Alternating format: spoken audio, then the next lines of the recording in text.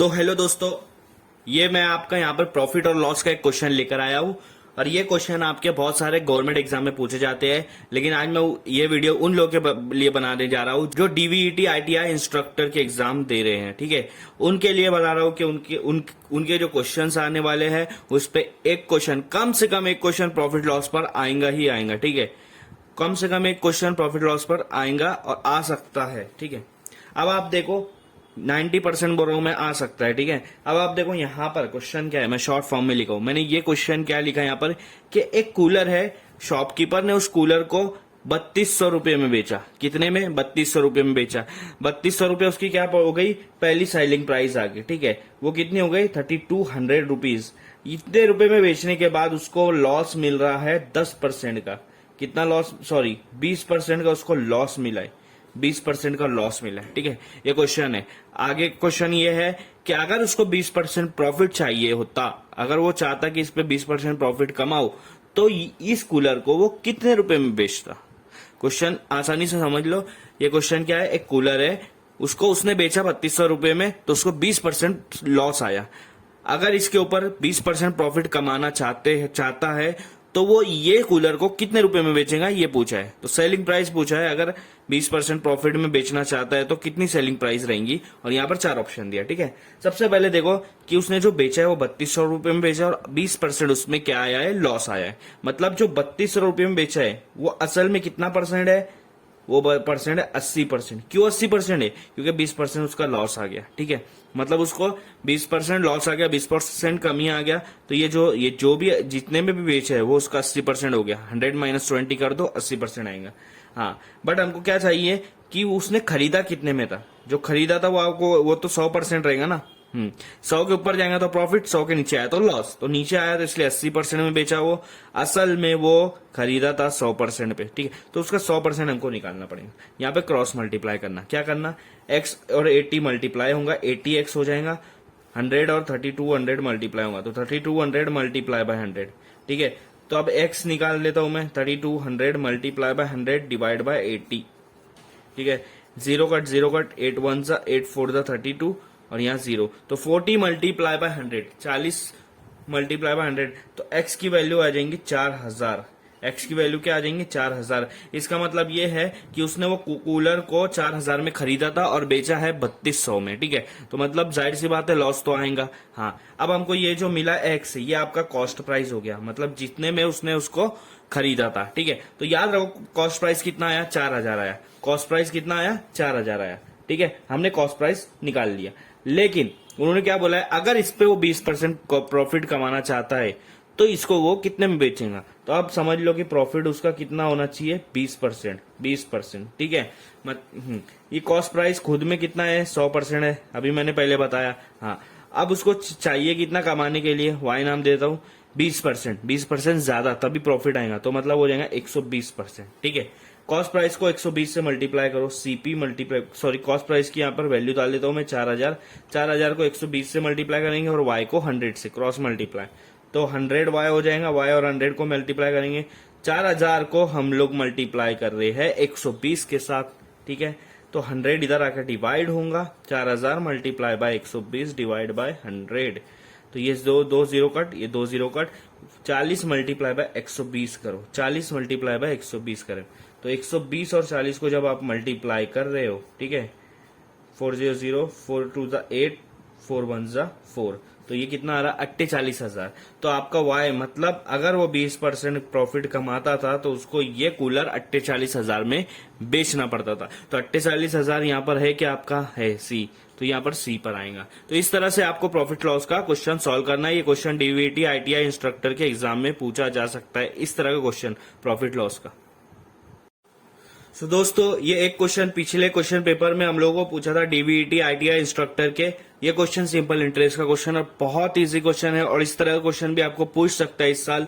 यहाँ पर भी आप बोला है कि फाइंड सिंपल इंटरेस्ट, मतलब सिंपल इंटरेस्ट निकालो कितने रुपए में? 800 रुपये का। 800 रुपये का सिंपल इंटरेस्ट निकालो जिसका इंटरेस्ट रेट है 5% और ईयर दिया है 2 साल। ठीक है, तो आपको यहाँ पर क्या करना है? सीधा सा सिंपल इंटरेस्ट रेट, अरे आपको यहाँ पर सिंपल इंटरेस्ट निकालना है ना, तो आप उसका रुपीज ले लो। कितना रुपीज है? 800। ठीक है, हाँ, कितना रेट दिया है, 5% रेट दिया है, तो 5 ले लो, मल्टीप्लाई कितने साल के लिए, 2 साल के लिए, ठीक है। और ये 5% पर एनम है, मतलब एक साल के ऊपर 5% ब्याज बढ़ रहा है उनका सिंपल इंटरेस्ट से। तो आप तीनों को क्या करो, यहाँ पर मल्टीप्लाई कर दो। 800 मल्टीप्लाई बाय 800 बोले तो आपका ये सम होगा, 5 बोले तो आपका ये रेट होगा, और 2 बोले तो आपका ये ईयर्स होगा, जितने साल के लिए रखा हुआ है, ठीक है। टाइम ड्यूरेशन जो आप बोल सकते हो। तो इन तीनों को मल्टीप्लाई कर दो और 100 से डिवाइड करना है, ठीक है।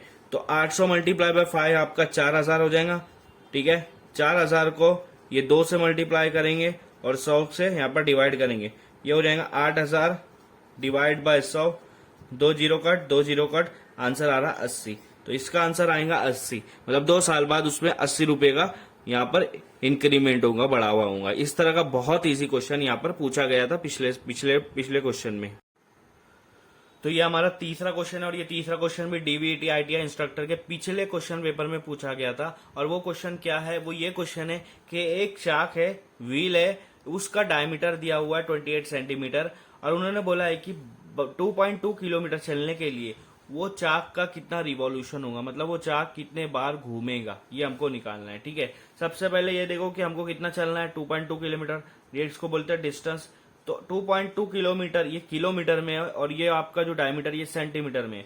तो इसको भी हम लोग क्या कर देंगे, 2.2 को, इसको भी हम लोग क्या कर देंगे, सेंटीमीटर में लेके आएंगे। 2.2 को किलोमीटर से सेंटीमीटर में करने के लिए इंटू 10⁵ 5 करना पड़ता है।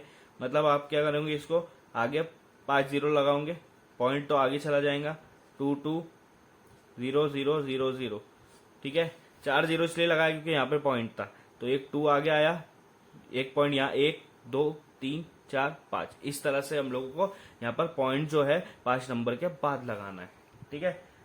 अभी आप समझ गया है। तो 22,000, यहाँ पे कोई पॉइंट नहीं है, बीच में कोई पॉइंट नहीं है, 22,000 नहीं है, यूनिट 10 100 1000 2,20,000 सेंटीमीटर हमको चलना है, ठीक है, हमको चलना है। उसके लिए व्हील का कितना मूवमेंट होगा ये हम लोग को निकालना है, रिवॉल्यूशन निकालना है, ठीक है, ठीक है। अभी डायमीटर कितना दिया है, स्मॉल डी में डायमीटर बता रहा हूं 28 सेंटीमीटर।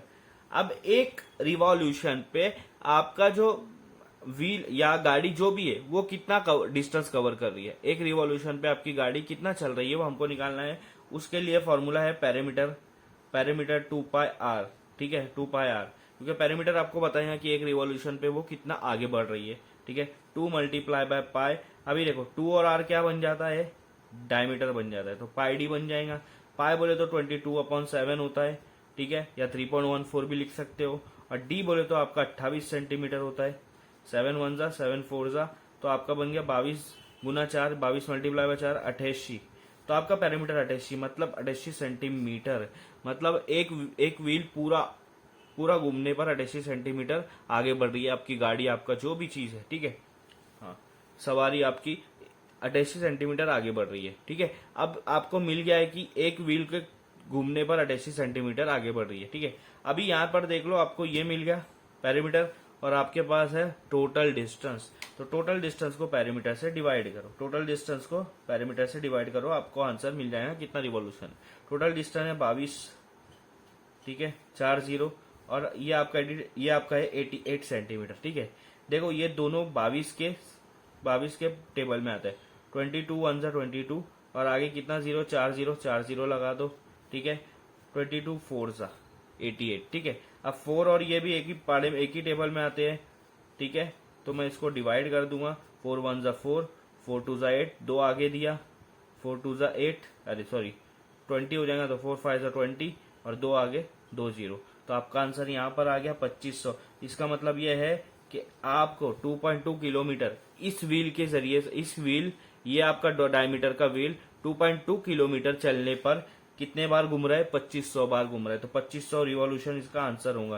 तो जहां भी आपके ऑप्शन में 2500 होगा उसको आपको टिक करना है। आया समझ में? इस तरह से आपको ये सॉल्व करना है।